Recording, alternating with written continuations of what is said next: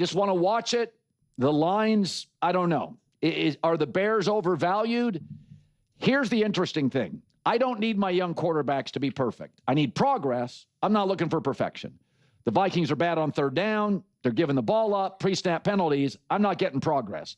So the interesting thing is JJ McCarthy and Justin Jefferson are not working. He's averaging 4 catches a game. So you can go back to 2023 when the Vikings had Kirk Cousins and Josh Dobbs and Nick Mullen and Jaron Hall. Nobody was talking about Justin Jefferson quitting. There's a lot of talk now. Justin Jefferson's body language is bad. So that tells me the belief in the building practice is not great. That's what it tells me. So I don't think JJ McCarthy has to beat the Bears. I think the Bears are pretty good. I was just asked this morning by somebody in Chicago, what do you make of the Bears? And I said, they're exactly what you see on TV. They're good enough to beat average teams narrowly. They got to clean some stuff up. They need DeAndre Swift back, but they're a good, solid playoff feeling team that just needs to keep getting 7, 8, 9% better every weekend. It's really interesting. What also doesn't help JJ McCarthy, let's be honest about this. You ever worked at a place and you have this employee that everybody loves and the company's better with the employee, and then the company does not pay that employee, goes across the street and he crushes it, and the guy that replaces him at your company, and not very good. Everybody's watching Daniel Jones and Sam Darnold. They were both in the building, and they're both having MVP years. So that doesn't help J.J. McCarthy because the two guys that everybody liked in the building left, and they're crushing it. So it just adds a dimension of pressure on him. Yeah. I mean, I don't know how many times people have worked in a building where that happens because I don't know where y'all are working. But obviously in football it's different. And so the point still stands. And yeah, absolutely. And that's also going to feed into Justin Jefferson being frustrated because he's like, look what Jackson Smith and Jigba and Sam Darnold are doing. That should be me and Sam right now. And they did love Sam. Everyone loved Sam. No one thought that Sam was a problem in that building. They were celebrating him. They were ecstatic. I mean, Sam was part of the Minnesota Vikings. He was part of that family. And then they decided to move on. And that puts tremendous amount of pressure on JJ McCarthy. It just is what it is. And especially just the success that they've had. And people like to keep really rehashing that narrative of like, well, Sam doesn't play big and big moment, and they, whatever it is. And it's like, no, it was an O-line issue. Sam was getting housed. Absolutely housed. And after that game, I was like, Kevin O'Connell deserves some blame. And I felt like I was the only one that had that take. And then John Middlecoff gave his take. And he was like, he goes, Kevin O'Connell deserves a ton of blame. And I was like, yes, exactly. And I even played a clip about what he said. Because I was like, oh my gosh, finally someone's saying what else I'm saying. And again, I always have to say this. I'm a massive Kevin O'Connell fan. And so now, yeah, it's easy when you have that timeline of events to have people really frustrated. And so I don't think that this is necessarily, what Colin's trying to imply of, Justin Jefferson's upset right now or that he's frustrated and that means that they don't have faith in JJ McCarthy in the building. Like, that doesn't mean that either. You're just frustrated where you're at right now. And this is what I've said again and again and again. And I've said this for many teams. But then I also referenced the Minnesota Vikings. It's not Justin Jefferson's job to go through the growing pains with a young quarterback. It's not how this works. I always say this. Justin Jefferson is the main character in his own movie. It's his own story, his own life, his own career, his own world that he's trying to build. He is not part of JJ McCarthy's story. He's not part of Sam Darnold's story. He's not part of Daniel Jones's story. He's part of his story. It's his story. And it's like that for everyone involved. The coaching staff, the other players, no matter who it is. They're not here like, hey, guys, we all got to give. No. If everyone had a 20, 30-year career and everyone had time and there was no risks of injuries and whatnot, then sure. You got to have patience. You got to be smart. You got to be a team player, blah, blah, blah, blah. This is a limited time. And so Justin Jefferson's like, I'm seeing other teams win. I'm seeing the Philadelphia Eagles win with Jalen Hurts, which a lot of people say is not a great quarterback yet. They won. They won a Super Bowl. I'm seeing, all around the league, but also be careful what you wish for because you have people like Jamar Chase feasting and they can't win a game. They can't win. Tyreek Hill was feasting with Tua when he was healthy. They didn't win a playoff game. So it is tough. It is absolutely tough. And it was always, always, always going to be growing pains with JJ McCarthy. Always. It was never going to just be, we can just insert JJ and boom, we're going to hit the ground running and let's go. We're going to be 12-2. It's never going to happen. Never going to happen. And right now, with the way how this O-line has been playing and the amount of pressures that are being generated, whether it's JJ McCarthy or Carson Wentz, it's really difficult. But this Bears team now, you see what Jackson Dart was able to do against them until he got concussed. Like, we've seen what these other teams were able to do. And I'm even throwing out JJ McCarthy because that doesn't even mean anything at this point. We're just weeks and weeks and weeks. JJ McCarthy should be different right now. But we've seen the successes that teams have been able to have against the Bears. Tyler Huntley. And so that does put a lot of pressure on JJ McCarthy even more, where it's just kind of like, hey, yeah, the Bears have been winning, but like, I do think the Bears are a bit overvalued. And now you are like, hey, Brian Flores. Caleb Williams has been able to be successful against teams that have been, not firing at all cylinders. Make it happen. You slow down Lamar Jackson, which you did. You did a great job. Okay, go do it to Caleb.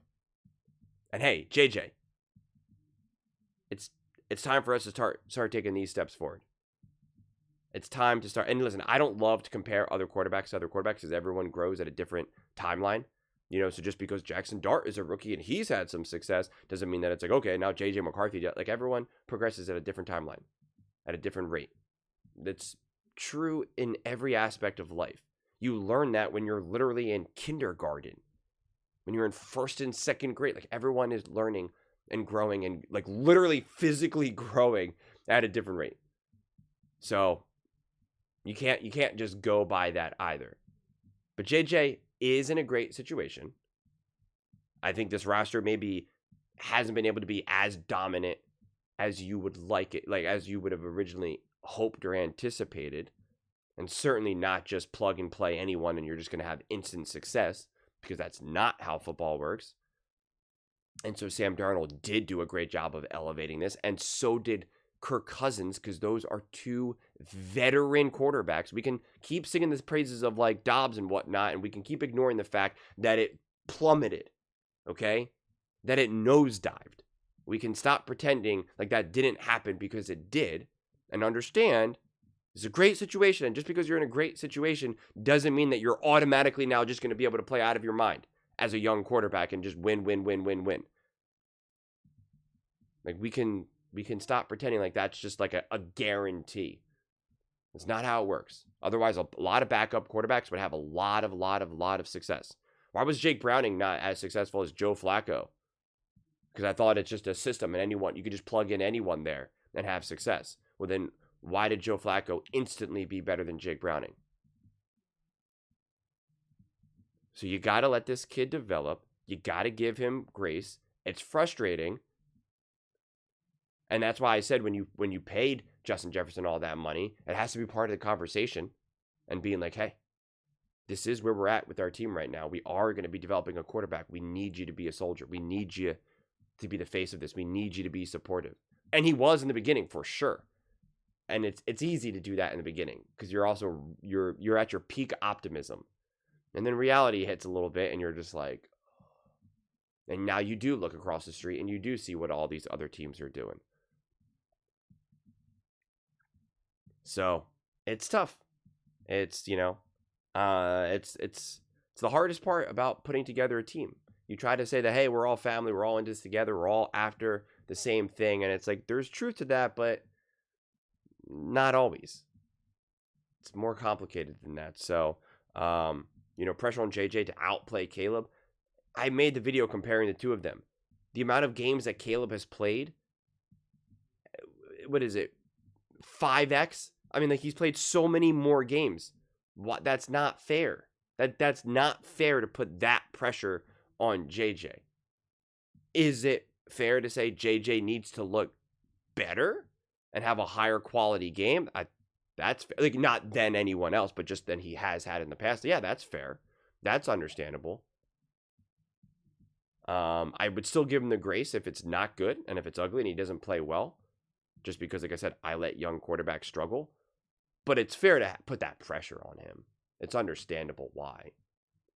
But I'll just keep echoing what I said and what then Orlovsky said, is that no matter what quarterback you put on this team, I don't know what just automatically solves the problems that they're having right now. If you protect JJ McCarthy, if you can give him a half a beat in the pocket, I think we will see a drastically different quarterback. Just like it was with Carson Wentz. When Carson Wentz had a half a beat, he was able to be great and lead this team to wins. You took away that half a beat, he got hit so hard, he got knocked out. His season's over. You got to be able to protect your quarterback. So we'll see what they do against the Bears. I keep talking about all the other big games, the Bucks and the Bills, Eagles, Lions, and you know, Broncos and Chiefs, and those are all box office games, right? Like those really are. And I've actually overlooked this game from an excitement standpoint, because what's at stake is definitely a little bit less than, say, the Eagles and the Lions, the Broncos and the Chiefs, right? Like, the Chiefs lose, that has devastating consequences. The Broncos win, it's like, yeah, we're about to win the division for the first time in a really long time, right?